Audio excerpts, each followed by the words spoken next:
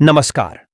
हर लड़की की इच्छा होती है कि उसका जो भी जीवन साथी हो वह सिर्फ उसे ही चाहने वाला हो, उससे जीवन भर प्यार करे और इन्हीं सपनों को पाले।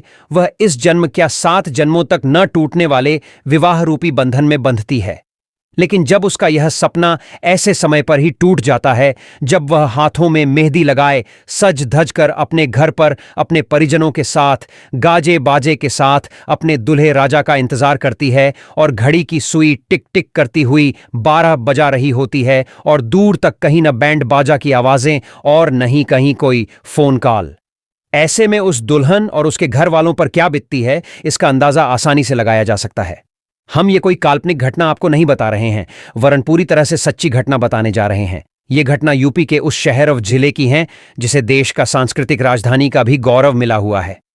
यह घटना वाराणसी में काजीसराय में घटित हुई, जब एक परिवार में एक लड़की की शादी की तैयारी जोर शोर से की जा रही थी। तंबू टेंट लग चुके थे, परिजन चहलकदमी कर रहे थे, हल्दी मेहंदी की रस्में भी हो चुकी थीं। लाल सुर्ख जोड़े में एक युवती शहनाई की धुन में अपने दूल्हे राजा का इंतजार कर रही थी। युवती के घर वाले भी बेसब्री से बारात का इंतजार कर रहे थे। दूर दराज से आने वाली किसी भी बैंड बाजा की शोर उसे अपने ही दूल्हे राजा की सुनाई दे रही थी। घड़ी की सुई भी टिक टिक कर समयव अधनकार को चीरते हुए तेजी से आगे बढ़ रही थी। युवती के भाई पिता बराबर मोबाइल से दूल्हे के और उसके परिजनों से बातचीत करने का प्रयास कर रहे थे, लेकिन उन्हें असफलता ही मिल रही थी। इससे पहले कि हम आपको आगे की कहानी सुनाएं, इसके बैकग्राउंड में ले जाते हैं। काजीसराय की एक लड़की की शादी उसके परिजन सारनाथ थाना क्षेत्र के रूस्तमपुर निवासी एक युवक के साथ विगत दिनों तय किया। लड़की के परिजन युवक के बारे में अपने स्तर से हर तरह से पता किया और संतुष्ट होने के बाद आखिरकार वह भी घड़ी आ गई जब दोनों को आपस में मिलने में चंद घंटे ही शेष बचे थे। युवती के मन में खुशी के गुब्बारे फूट रहे थे, लेकिन अब एक एक पल उसके लिए भारी पड़ रहा था। कारण अब 12 बज चुके थे।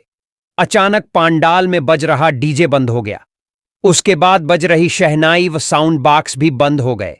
कमरे में सज धज कर बैठी युवती को अब कुछ अजीब सा लगने लगा था।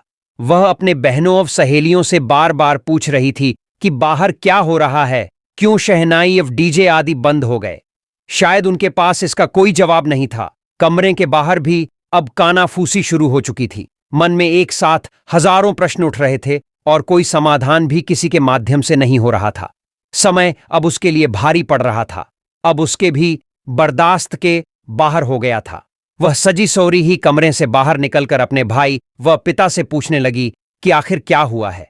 भाई पिता सहित परिजनों के खामोशी ने उसके अंदर मच रहे अनहोनी को और हवा दे रहे थे। बार बार पूछने पर भी उनके मुंह के ओंठ खुल नहीं रहे थे। किसी की हिम्मत नहीं हो रही थी कि किस मुंह से वह उसके होने वाले दूल्हे राजा के बारे में बात करे और उसे बताए कि वह बारात लेकर नहीं आने वाला है, वरन वह इस समय हवालात में है। उसने ऐसा कृत्य किया है जिसे वे बताने की हिम्मत नहीं जुटा पा रहे हैं। लेकिन जब बेटी ने कसम दिला दी तो वह टूट गए और जो सच्चाई सामने आई उससे बेटी ही नहीं वरन सभी परिजन सन्न रह गए।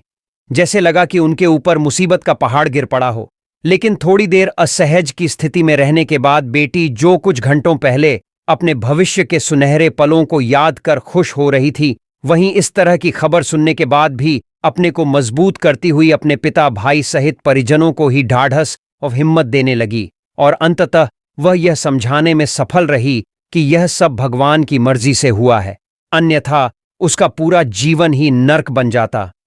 अब आइए हम जानते हैं कि आखिर उसके साथ हुआ क्या। जिस युवक से उसका विवाह तय हुआ था वह समीप की ही किसी लड़की से 4 वर्षों से प्रेम कर रहा था। आरोप है कि वह लड़की को शादी का लगातार झांसा देकर उसके साथ शारीरिक संबंध बनाता रहा है।